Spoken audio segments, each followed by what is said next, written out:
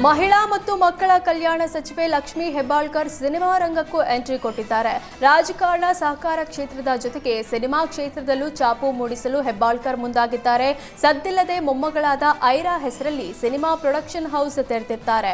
ಈಗಾಗಲೇ 2 ಕನ್ನಡ ಚಿತ್ರಗಳನ್ನು ಆರಂಭಿಸಿದ್ದಾರೆ.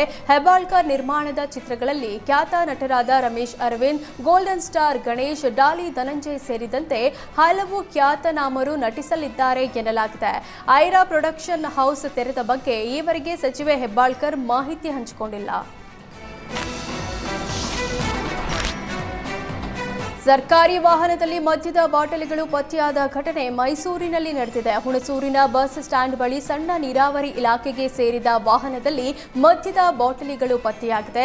ವಿಷಯ ತಿಳಿದು ಸ್ಥಳಕ್ಕಾಗಮಿಸಿದ ಪೊಲೀಸರು ವಾಹನದಲ್ಲಿದ್ದ ಮದ್ಯದ ಬಾಟಲ್ ಹಾಗೂ ಸರ್ಕಾರಕ್ಕೆ ಸೇರಿದ ಕಡತಗಳನ್ನು ವಶಕ್ಕೆ ಪಡೆದಿದ್ದಾರೆ. ವಾಹನವನ್ನು ಸೀಸ್ ಮಾಡಿರುವ ಹುಣಸೂರು ಗ್ರಾಮಾಂತರ ಠಾಣೆ ಪೊಲೀಸರು ವಿಚಾರಣೆ ಮುಂದುವರೆಸಿದ್ದಾರೆ.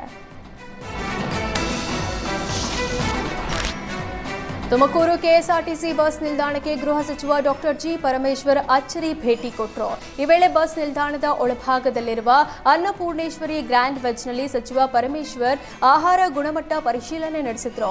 ಹೋಟೆಲ್ನಲ್ಲಿ ಟೀ ಹಾಗೂ ಬೋಂಡಾ ಸವಿದ ಪರಮೇಶ್ವರ್ ಬಳಿಕ ತಾವೇ ಖುದ್ದು ಸಾರ್ವಜನಿಕರಿಗೆ ಊಟ ಬಡಿಸುವ ಮೂಲಕ ಗಮನ ಸೆಳೆದ್ರು. ಆಟೋ ಚಾಲಕರ ಸಮಸ್ಯೆಯನ್ನು ಆಲಿಸಿದ್ರು. ಬಳಿಕ ಪೊಲೀಸರು ಹೆಚ್ಚು ಫೈನ್ ಹಾಕ್ತಾರೆ ಅಂತ ಸಚಿವರ ಬಳಿ ಚಾಲಕರು ತಮ್ಮ ಅಳಲು ತೋಡಿಕೊಂಡ್ರು. ಈ ವೇಳೆ ಅಲ್ಲೇ ಇದ್ದ ಪೊಲೀಸರಿಗೆ ಫೈನ್ ಹಾಕದಂತೆ ಪರಮೇಶ್ವರ್ ಸೂಚಿಸಿದ್ರು. ಸಚಿವ ಪರಮೇಶ್ವರ್ಗೆ ಜಿಲ್ಲಾಧಿಕಾರಿ ಶುಭ ಕಲ್ಯಾಣ್, ಎಸ್ಪಿ ಅಶೋಕ್ ಕೆವಿ, ಪಾಲಿಕೆ ಆಯುಕ್ತೆ ಅಶ್ವಿಜಾ ಬಿವಿ ಸೇರಿದಂತೆ ಹಲವು ಅಧಿಕಾರಿಗಳು ಸಾಥ್ ಕೊಟ್ಟರು.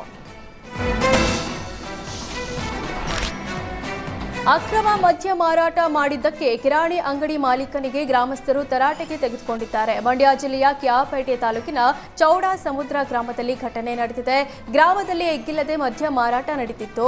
ಮದ್ಯ ಮಾರಾಟ ಮಾಡದಂತೆ ಅಂಗಡಿ ಮಾಲೀಕರಿಗೆ ಪಂಚಾಯಿತಿ ನಡೆಸಿ ಎಚ್ಚರಿಕೆ ಕೊಟ್ಟಿದ್ರು.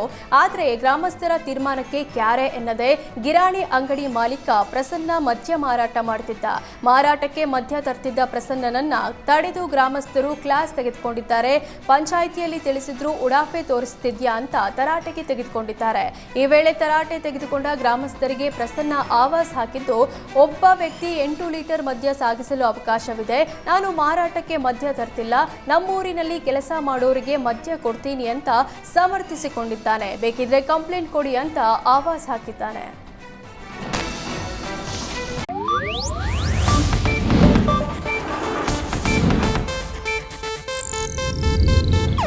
ಇದು ಏಷ್ಯಾನೆಟ್ ನ್ಯೂಸ್ ನೆಟ್ವರ್ಕ್ ಪ್ರಸ್ತುತಿ.